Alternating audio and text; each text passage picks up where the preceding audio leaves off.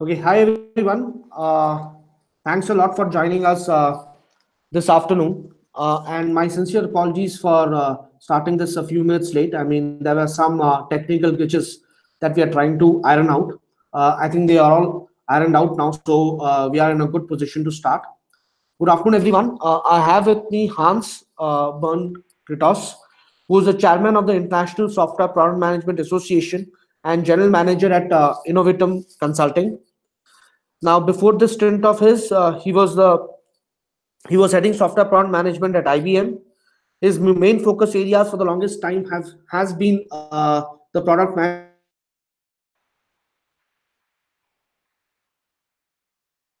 He's joining us directly live from Germany today. And for all our Indian viewers, he's also been guest lecturer and has been giving trainings to students of various institute of management, IIM Bangalore.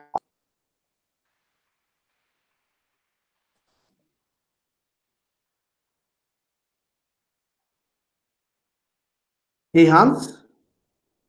Hi, Srinivas, the connection was interrupted. Hello, everybody. I hope you can hear me now. Hi. Do you want me to start? The stage is all yours. I have given a brief introduction about yourself. I think you can talk Yeah, a bit about yourself. okay. Well, thank you very much, Srinivasan, for organizing this and for inviting me. Hello to everybody. I'm happy to do this webinar. The subject that we have chosen is the confusing landscape of product management job titles. And I've prepared a couple of charts, a couple of slides that I want to share with you. So let me go into that. I share my screen now.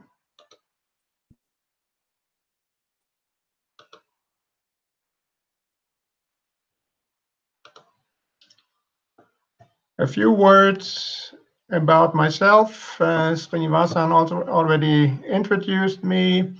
I have two hats. One is being the chairman of the International Software Product Management Association, ISPMA, and the other one is being the general manager of Innotivum, which is my own training and consulting company focused on software product management. My background, I worked with IBM for a long time. I worked on the customer side with a large banking organization in Germany before I started my own business. As you can see here, I have done trainings and consultants for a large number of companies, some of them very big, some of them small, down to startups, internet companies. I have published a couple of books on software product management. The latest one is the one on the left side, which is also compliant with the material that ISPMA has developed. ISPMA is a pretty huge international non-profit organization that is dedicated to improving software product management, both on the industry side and on the academic side. So we have a number of university professors with us. We have quite a number of industry experts among us. And these people that you see here on this slide, these are the ones who develop ISPMA's material. We have built a curriculum with 5 modules for education on software product management, and each comes with certification. And you can see that here there's a foundation level module, and then there are excellent level modules for more advanced trainings. The basis and the structure of ISPMA's approach is this framework. This framework shows all the relevant activities in a software organization that software product managers are typically involved in. The columns are functional areas of the organization, and you see the two columns, product strategy and product planning. That is the core of the product management tasks.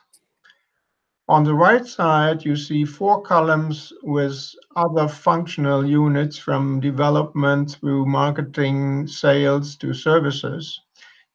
This is not under the direct responsibility of the product manager, but the product manager has to orchestrate these areas. So the product manager has to make sure that the people in these functional units contribute to the success of the product in the best possible way. This structure that you see here is not only the structure of the ISBMA curriculum, it is also very useful when we talk about product management job titles, because you can use this structure and determine which tasks are included in a particular role and which are assigned to different roles. And that's what I'm going to use right now to explain some of the job titles that we see in the market. And there are quite a few. The most common titles are product manager and product owner. But you also find titles like technical product manager, strategic product manager, commercial product manager, offering manager, solution manager, product marketing manager. So there's quite a variety. And that's a problem when you get an offer for a particular position with a title and you do not really exactly know what it means. And actually, even when there is the same title in different companies, you may not exactly know what it means, because very often companies have their specific definitions of these roles. So let's look into this using the SPM framework. So when we talk about product manager as a job title, what that usually means is what is in these 2 columns, product strategy and product planning. So the contents of these columns is what a product manager is usually directly responsible for. So the product strategy things are more long-term and more business-oriented. The product planning elements are more focused on the interface to development and the detailed plans how to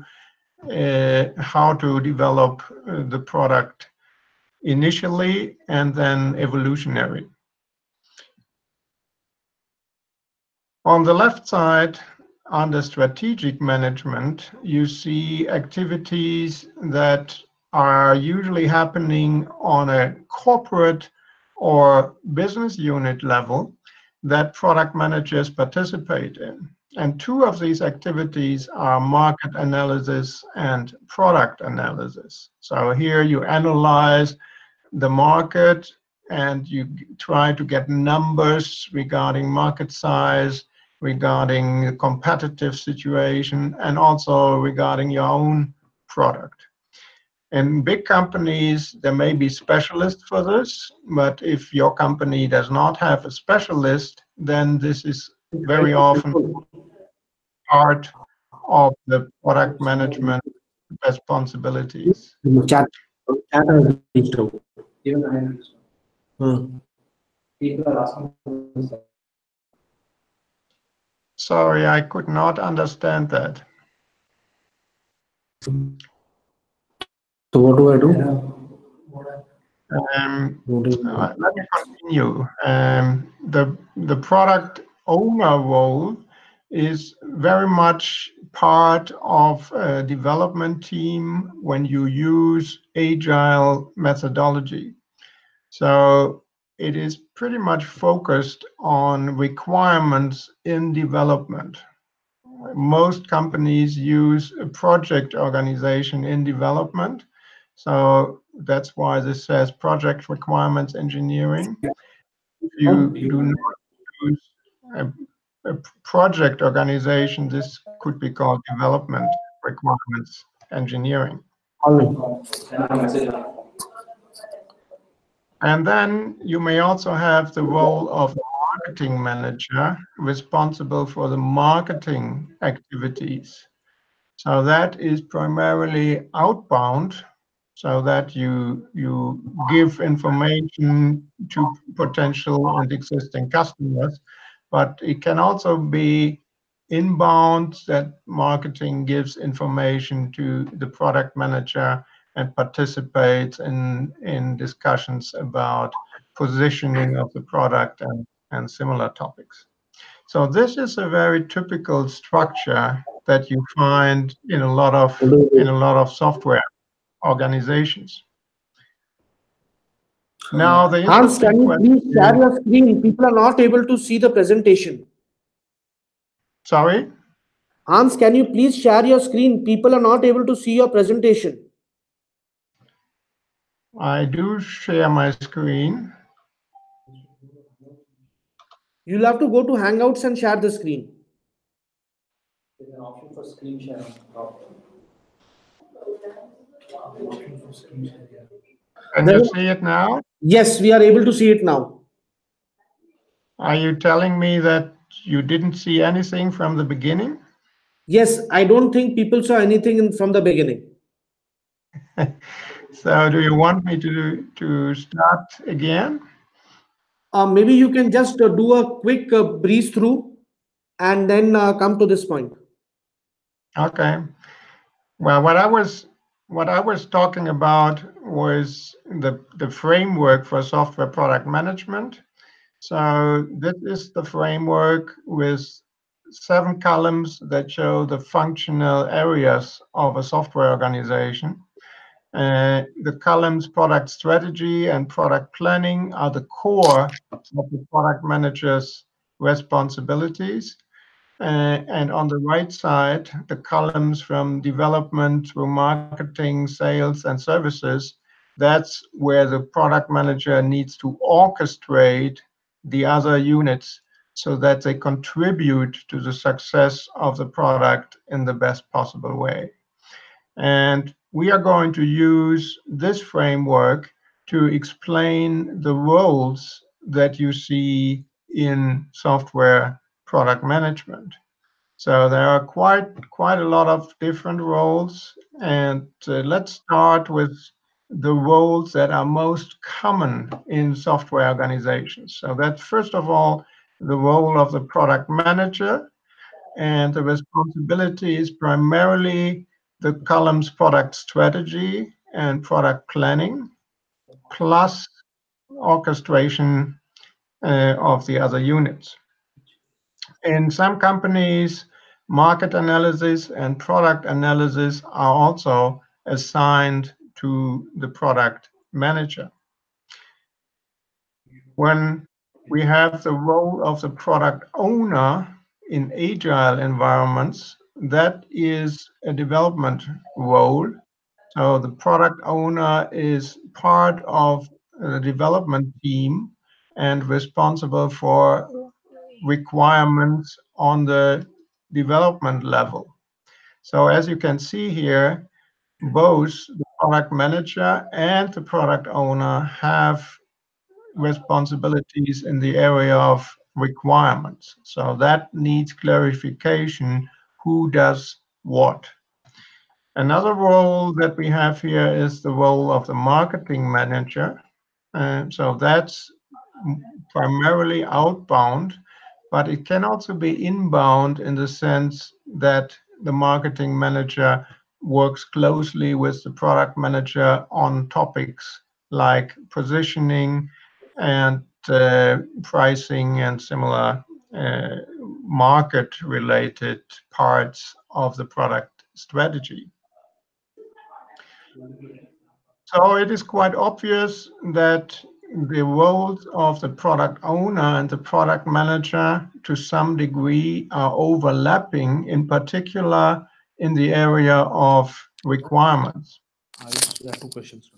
We have an ISPMA definition for software product management, and it is the discipline that governs a software product or a software part of a physical product over its life cycle to generate the biggest possible value to the business. So these are the two important things in the definition. One is the business orientation, and the other one is the life cycle orientation. So it's really a long time horizon. When we, as a product manager, talk about product, what we actually mean is a market product. So that's what we sell in the market. Now, when we look at the product owner definition in Scrum, and this is based on the latest version of the Scrum guide, it says that the product owner is a member of the Scrum team who is responsible for maximizing the value of the product resulting from the development work. And the product owner is the sole person responsible for managing the product backlog, which is the requirement. So in this environment, when people use the term product, what is usually meant is the work result, the result of the development work. That is not necessarily identical to the market product, but at some points in time, it will be identical when the work result is released to customers. It is obvious that there is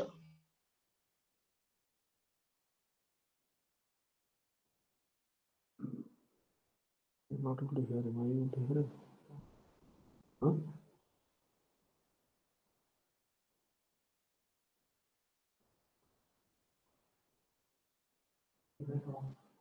it can make sense that the product manager also assumes the product owner role. However, that does not scale up. So as soon as the organization gets larger, one product manager cannot be product owner for multiple teams in parallel. So then you have to split it up and keep the roles separate. When you do that, there are basically two alternatives. You can either say the product owner is part of the development organization, but then he needs a strong dotted line into product management. So you end up with some sort of matrix. And the other option is that you say the product owner is part of the product management organization and then delegate it into the development team, but that is also a matrix structure. There are a couple of other job titles, for example, program manager.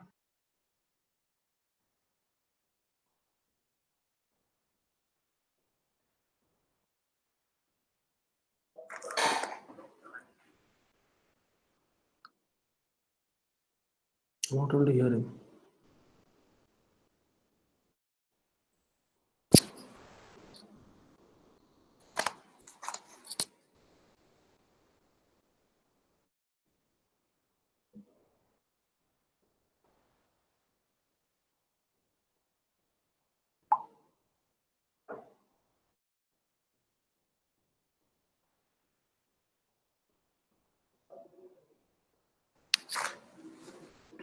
Are you able to hear him?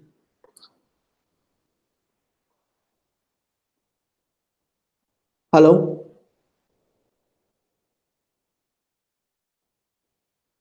Hello.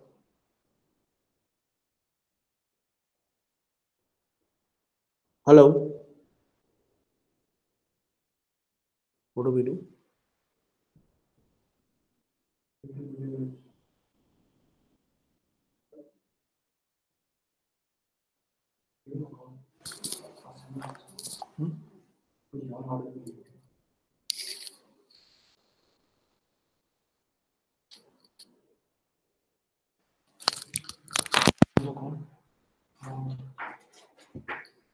YouTube is on YouTube. Just comments slight technical glitch. Coming back live. Should I come in? You come God. How do I go? Where do I go? Open and discussion. Just click on them. The light chat. Sorry, there's a slight technical glitch. Don't talk into this.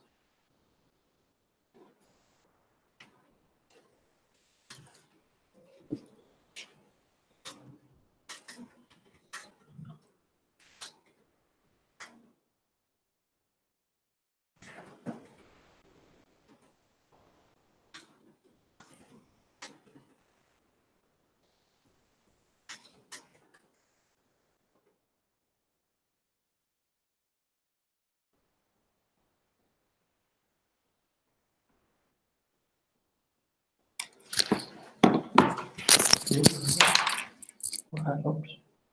Open. No, it's a different one now.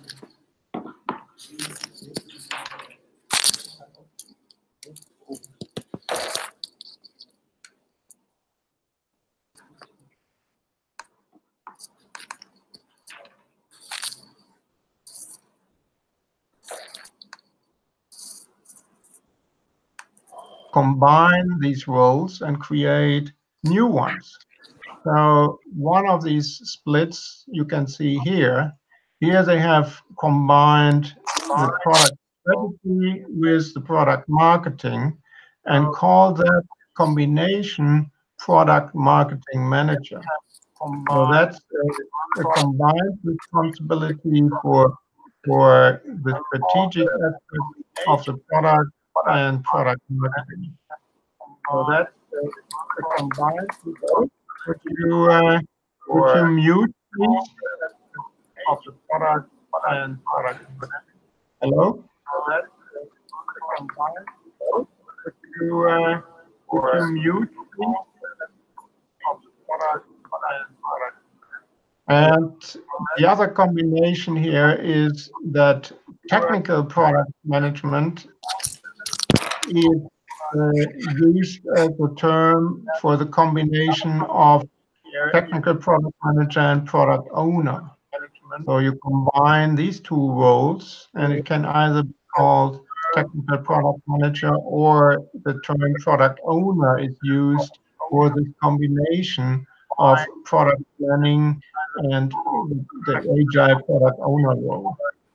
Well, that is also something that quite a number of companies use, and it can also work nicely. Well, that is also something that quite a number of companies use. And so with that, I would like to summarize. As you could see from my presentation, there can be different definitions and splits in the industry. They have their pros and cons, but they can all work. But what you find most often is the split into product manager, product owner, and marketing manager that I showed in the beginning. The SPM framework of ISPMA can help to understand roles and visualize differences.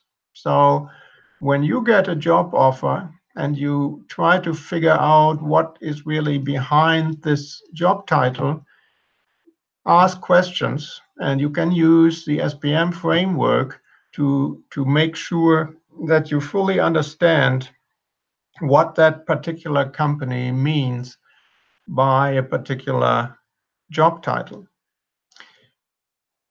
I would like to point you at the end of this little presentation to the Software Product Management Summit Conference that ISPMA is organizing in cooperation with IIM Bangalore in February 2019. You can find information on this website here, spmsummit.org. And that is also where you will be able to register for this conference. Part of this conference will be the ISPMA SPM Excellence Award. So that is focused on Indian product managers. And you will be able to apply for this Excellence Award also through this website. I would also like to point to my next training in Bangalore. So this is an ISPMA-based training right after the conference in February. And it is offered with a certification exam. If you are in a product position or you want to develop into a product management position, and you have a fundamental understanding of software, then you can register for this training on my website, innotivum.com. So with that, I would like to close the presentation. I hope this was useful for you to better understand job titles in the software industry. And with that, I go back to Srinivasan to continue with some questions. Yeah, Hans, thanks a lot. I wanted to confirm. So we have got a few questions. I hope these slides will be available to all the participants post the webinar. Yes, that's fine. Okay. So Hans, we'll take the questions right now. And basically, so the first question I have received is basically, from the first question I had received was from Mafatlal, and he says, how can a product manager or a product marketing manager influence the roadmap of a product after doing his appropriate roadmap research? Well, we see the responsibility for a roadmap with the product manager. So the product manager is in charge. And so any research that you do, in particular on competition, for example, needs to go into this roadmap work and needs to be reflected in the roadmap. So if you figure out that one of your competitors is going to launch a new version of his product with functionality that you want to have in your product as well, you better show this relationship and in your roadmap. So you can show that competitive product is planned to be launched at a certain point in time, and then you can show how you react to that in your own product. Same with research on technologies. So if you see new emerging technology that could be interesting for your product, then you can show that in your roadmap and show how you want to pick up that new technology and make use of it in your product at which point in time. So that's where I see how product managers can incorporate that kind of information in their roadmap work. Thanks a lot, Hans. The next question is from Anurag Beri, and he asks, Can you tell me more about product management in the field of artificial intelligence? Yes. Well, that's an area that is still emerging, and there's a lot of discussion about the question what requirements engineering means in relation to artificial intelligence. So when you think of machine learning algorithms, the idea of that approach is that the system itself is changing its behavior based on the data that is being fed into the system. So that means that you cannot predefine requirements in the traditional way, where you said, I want to specify how the system behaves, but part of that behavior will be dependent on the data that is input to that artificial intelligence system. So some people claim that in the future, when we talk about requirements for artificial intelligence systems, the product manager will take a bunch of data to a data analyst, and the data analyst will use that data, feed the system, and you see how the behavior of the system is changing. But that's still a bit of speculation. There are no firm results yet what requirements engineering will mean in connection with these kind of artificial intelligence systems. Got it. Thanks a lot, Hans. The next question is by Saeed Azharuddin, and he asks, "How would you advise the product manager of a physical product?" We've been talking about software products, and you also have expertise that. But given your knowledge of software products, I mean, what kind of an advice would you give to someone who comes from a different background, who wants to incorporate the principles of software product management in, let's say, a physical product or a hardware product? Yes. Well, that's an issue that has been coming up very frequently over the last couple of years. The more hardware companies see that software is turning into the main value driver in their industries. Take the automotive industry and large parts of manufacturing. Software is playing a bigger role in those industries, not just in a support function, but also as an integral part of their products. So from a product management point of view, that means that you need to address both the hardware side and the software side. That is challenging because the let's say the processes that we use on the hardware side are usually quite different from the software side.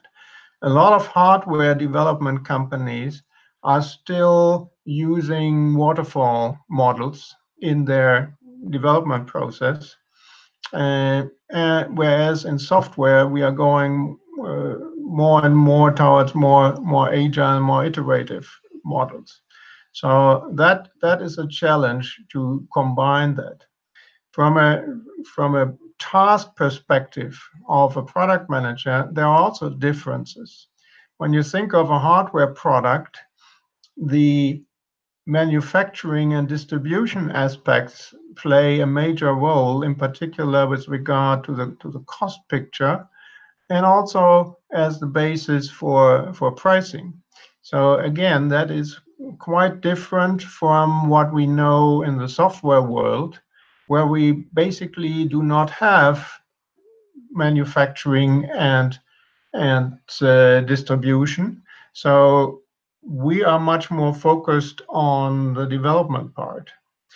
Another difference is that in traditional hardware development, you usually do not do continuous development.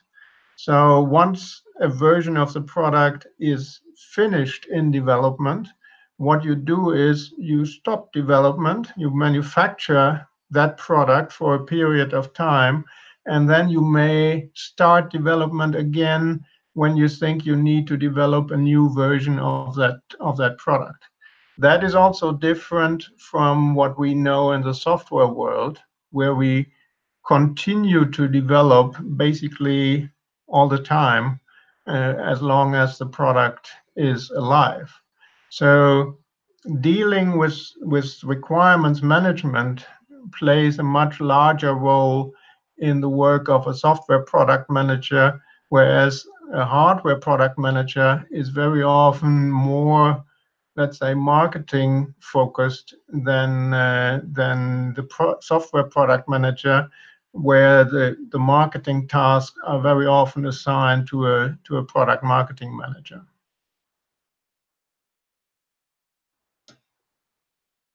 Got it, Hans. The next question is basically from Sudhakar Kadataraj, and he asks, I am a technical product manager and I would like to understand the importance of learning DevOps practices and culture better. Yes. Well, DevOps is an approach that has come up almost 10 years ago. The idea of DevOps is that you bring development and operations closer together so that you can bring new changes to the software into your operations environment much faster than we used to do. So internet companies like Amazon, for example, they use a DevOps approach, and they claim that they do more than 1,000 releases per day. That is a different use of the term release than in traditional licensed software products, where you may only do 2 or 3 releases a year. But then those releases are much bigger, whereas in this new model, when they talk about release, it's really a very small change to the system. And they want to be able to make these changes in their runtime environment as soon as the change is implemented. So that's a totally different model. And to some degree, in the old model, we used to have high walls between development and operations in order to make sure that we keep the quality of the system in the operations environment high. So a lot of testing had to be done before software change really was given into the operations environment. The DevOps approach is the other way around. You want this to happen as fast as possible. So that has a lot of requirements for your organization. It means that you have to have automated testing. It means that you have to have a software architecture that is service oriented with so-called microservices, so that you can change such a microservice in your runtime environment without taking the whole system down. So a lot of prerequisites are needed before you can actually implement DevOps. And that is something that takes a lot of effort to prepare in order to be able to use the DevOps concept. So as a product manager, that changes the way we work with releases. We do not have these large releases with lots of requirements in them, but what we do have is a sequence of small changes. So release planning does still exist in these environments, but it is restricted to larger changes. All the small changes go through this DevOps process without explicit release planning in the old sense. I hope that answers the question. Sure.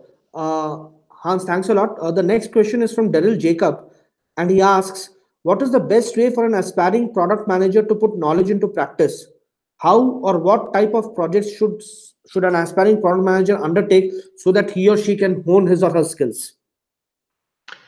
Well, if you want to learn product management, it requires a mix of acquiring the knowledge through trainings, through books, and then applying what you have learned. In our ISPMA-based excellence level trainings, we reserve a lot of time for exercises so that participants can apply directly what they have learned to particular cases and examples. But you can also do that in your job. So when you have certain challenges with your product in your job, of course you can also apply these kind of techniques, methodologies, and find out how it works in your environment. In my experience, the situation is usually for a product manager that you are in a particular product situation. And that situation requires you to do certain things. And then you can apply what you have learned for those situations. It is rare that you can say, okay, I've learned how to do product positioning. So now let's position. I mean, you position when there is a need for positioning, but you don't position because you have just learned about it. So I wouldn't say that it's so easy to start projects only with the objective to implement what you have just learned.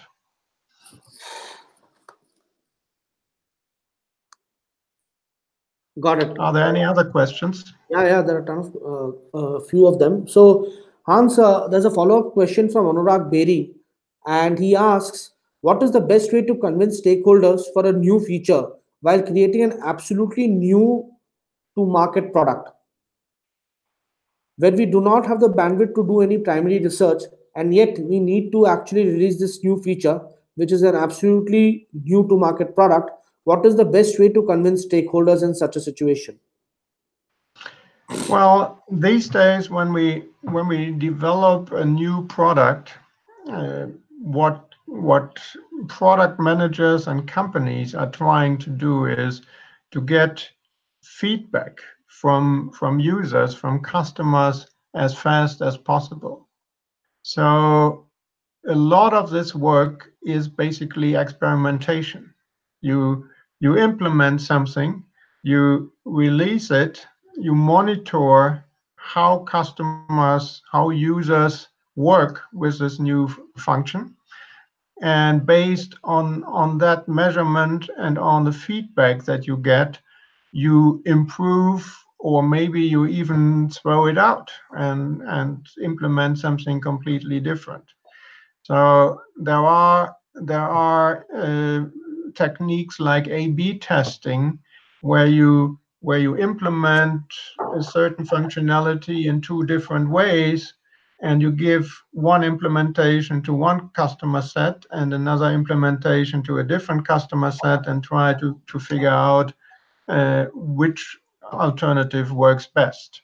Of course, A/B testing is something you can only do when you already have customers.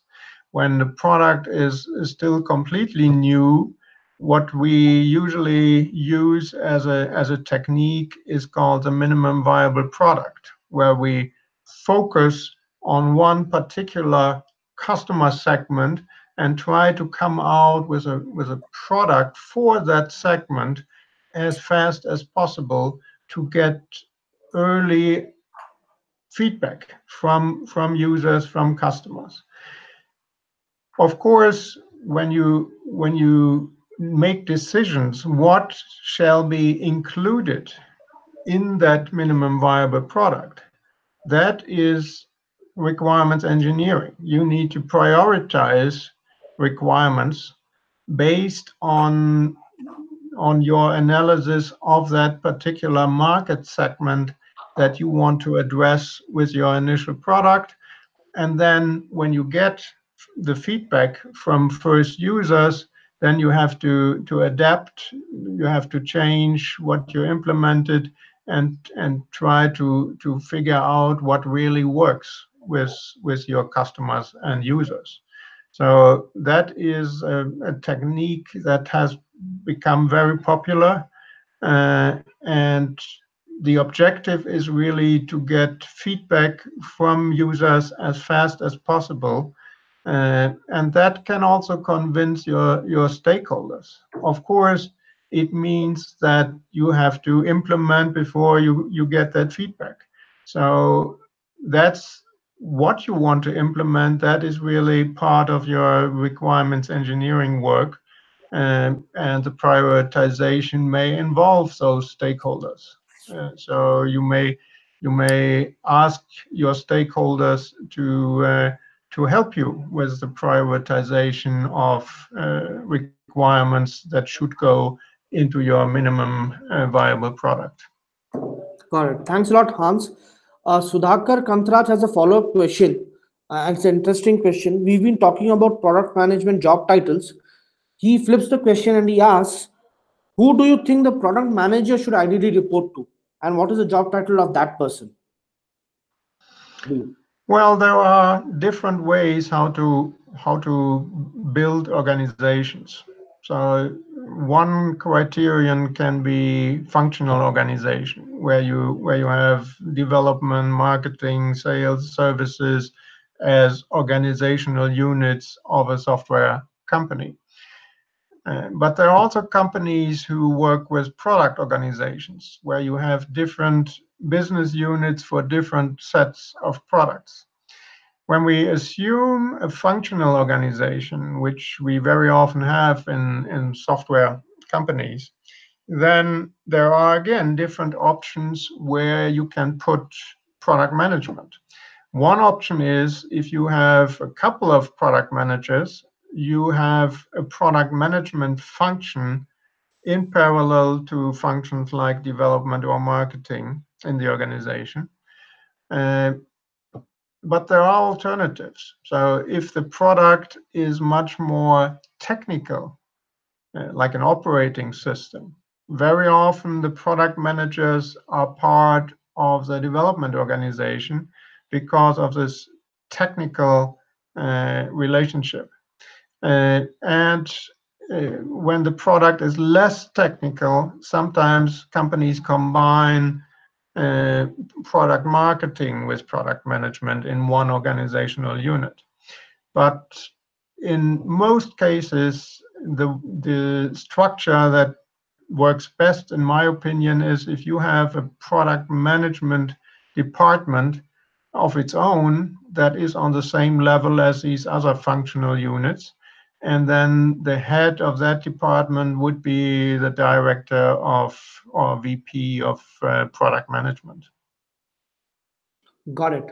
Hans, one question we have here is, what are the latest tools in the field of product management? Could you name a few? We are using Jira, Pivotal Tracker, and AHA. Are there any other tools that you recommend? Well, there are quite a number of relatively new tools in the space. Up to about 5 years ago, there was hardly any tool that was really targeted at product managers, but that has changed. Now we have tools like AHA, which I think is a pretty good one, but there are other tools in that space, like Product Plan, for example, and similar tools. Jira used to be used for product management as well, but Jira originally was designed as a development tool. So the functionality for product managers is an add-on to Jira, but the design point of that system was really development. The advantage is if you use Jira for both development and product management, then you have an integrated tool environment. However, when you use AHA for product management, they offer integration into Jira. They have a bidirectional bridge between AHA and Jira that can work quite nicely. I've worked with that in a number of customer situations. So this tool situation has improved a lot for product managers. Got it. Hans, the next question is from Shell, and he asks, are there any opportunities through which one can get real experience apart from working in their own organization as part of their day jobs? Something like freelancing into product management? Could you talk a little bit more about that? Well, the as I mean, I've been in India 4 times within the last 2 years, and I've visited and talked to a lot of companies, in particular in Bangalore. And what I'm seeing is that there is a big need of product managers in software organizations. So the more the Indian software industry goes into a product direction, the more product managers are needed. And at the moment, the demand is higher than the supply. So there are not that many product managers, not as many as companies are really looking for. So I'm sure there are good opportunities for people to go into this product management direction. If you want to do this in parallel to your full-time day job, that can be difficult because most companies, when they look for a product manager, they really want a full-time person. And when you look at this SPM framework with all the tasks of a product manager, that is usually not a part-time job. It's a full-time job.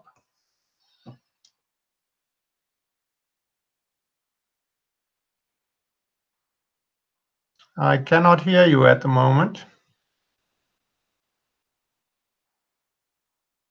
Hello?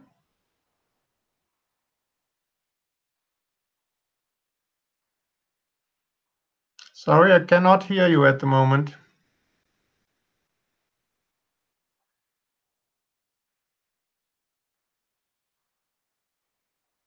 Can you still hear me?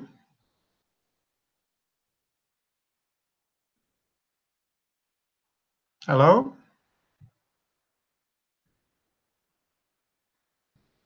I do not hear anything, Srinivasan. Maybe you are muted?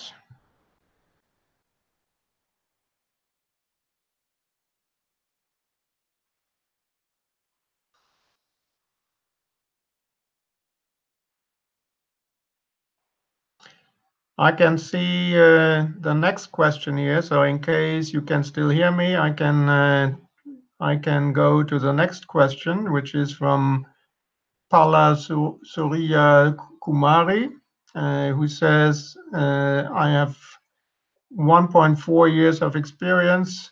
I feel like I'm good at making strategies and want to be CEO. I'm at confusion whether to go for MTech or MBA for pursuing my goal. Can you please suggest? Well, when you want to go into a product management career, that is really a business-oriented role. So an MBA can certainly help in that area. And given the responsibilities of a product manager, it is definitely a good preparation for a role like a CEO later on.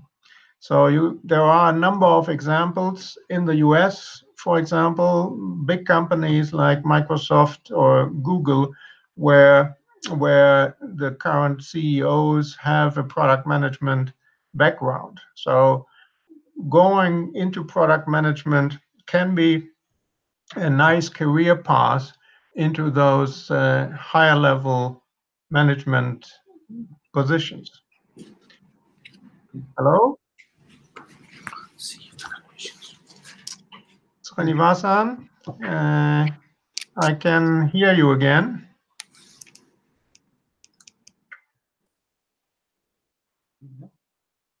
Okay. Yeah.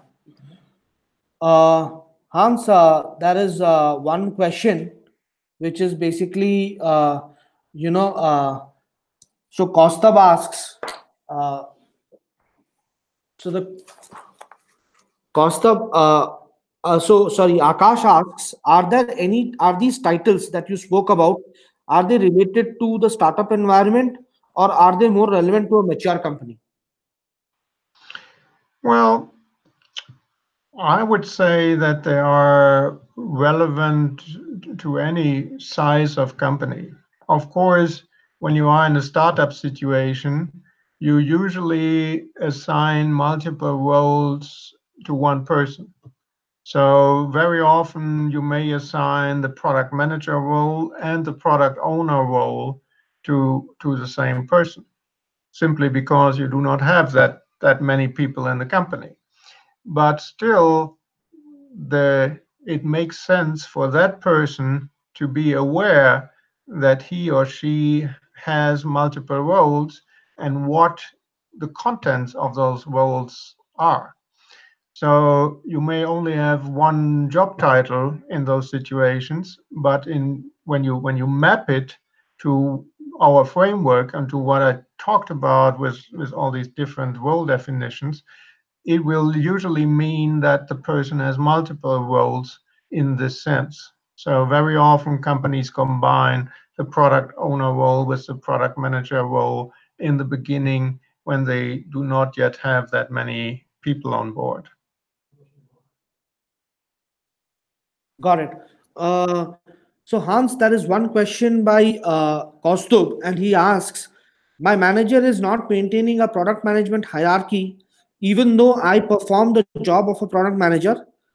I am technically a business analyst today in my organization. How do I convince my employer to create a separate product management hierarchy?" Well, I would not start with calling this a hierarchy. First of all, the question is which roles do you want to have in your organization? And business analyst is typically much more focused on working on requirements. So that is more requirements oriented. The question is who is doing the more strategic tasks that you saw in the product strategy column of the framework, who is doing the product planning things like road mapping, those kind of things. So in small companies, sometimes the founders do these things for a period of time, and only when the company has reached a certain size, then they start to delegate these tasks to new roles that they create, like a product manager role. So that is the question: what is the size of the company?